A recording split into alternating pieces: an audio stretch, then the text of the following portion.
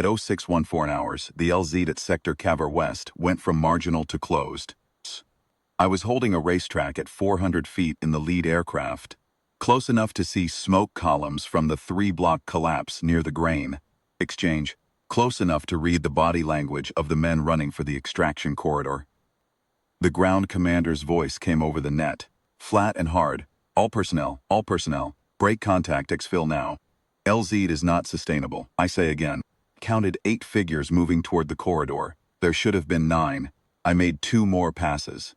8 figures, 1 missing. My loadmaster called it out before I did.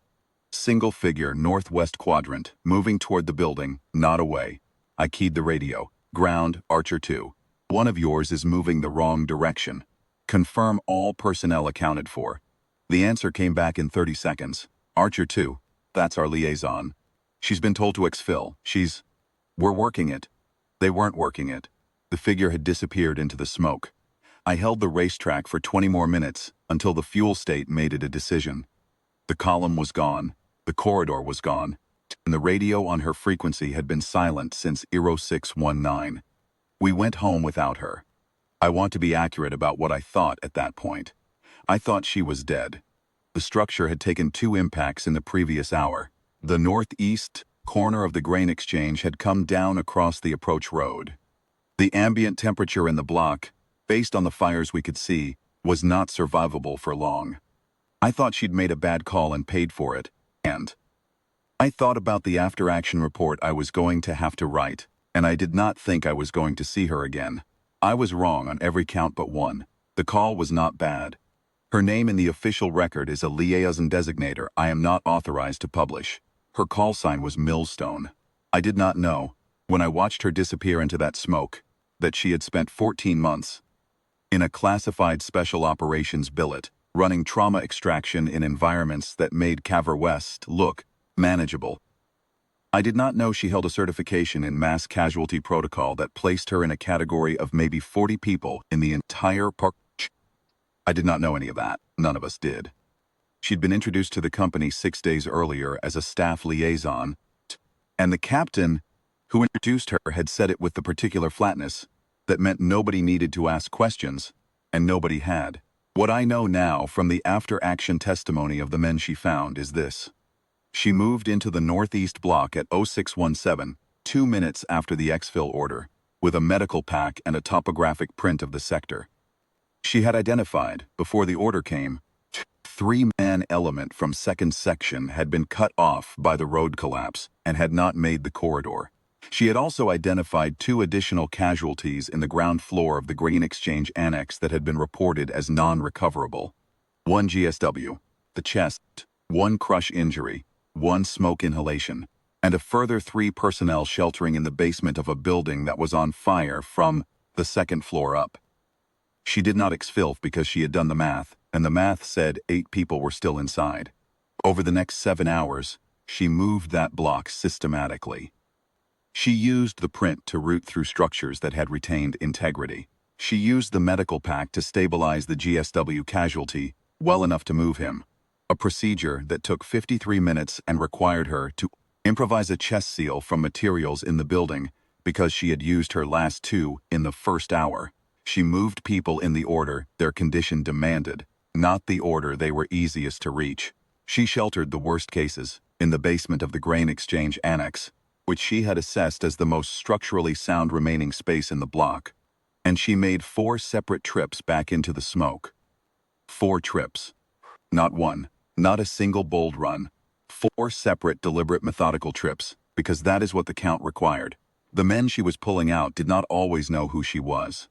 One of them, Corporal Dent, told the AAR board that he'd been conscious when she reached him on the 3rd trip, and that he'd asked her if she was with the rescue team. She had said, "Just keep your arm across your chest and don't let go of my jacket."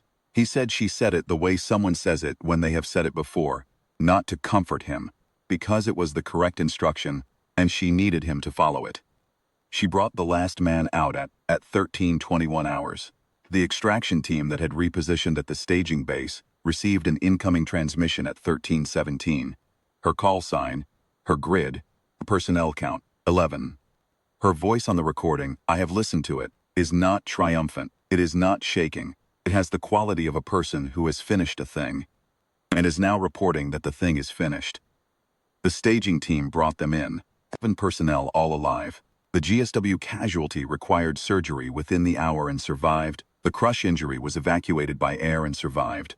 2 others were treated and returned to duty within the week. She walked in with the last group, sat down on a crate near the vehicle park, and drank half a canteen before anyone spoke to her. The captain who had issued the exfil order, his name is not mine to use. I will say he was a man I respected. A man with 3 combat deployments and a reputation for composure, stood in the vehicle park and watched her. Sit down. He stood there for what I was told was a long time. Then he walked over to her. He did not say what he had initially planned to say. Understand, was something along the lines of a reprimand for going off comms against a direct order. What he said instead was, "I'm told you've done this before." She looked at him. Done what before? Stayed. She didn't answer that. She finished the canteen. The after-action briefing was 2 days later. Full company formation, the battalion commander presiding. The medical officer read the recovery summary.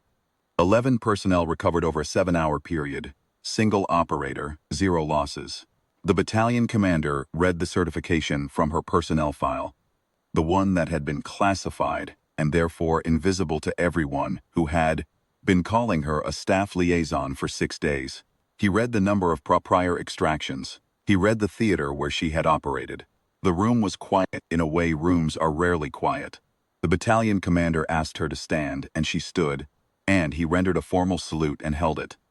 And the entire formation followed, not on a command, but because it was the only correct thing to do, and everyone in that room knew it at the same moment. She returned the salute and sat down. I have flown over a lot of things in this job. I have watched a lot of events from 400 feet that I did not fully understand until I was on the ground. Can tell you that what I saw at 0617 that morning, a single figure walking the wrong direction into smoke, off comms, against a direct order, into a block that every instrument I had told me was not survivable, did not look like courage from the air. It looked like a bad decision. It looked like a person who had not properly processed the order. It looked like someone who was going to die. What I understand now is that she had processed the order perfectly. She understood exactly what it meant and exactly what it cost. She had done the math that no one else had time to do.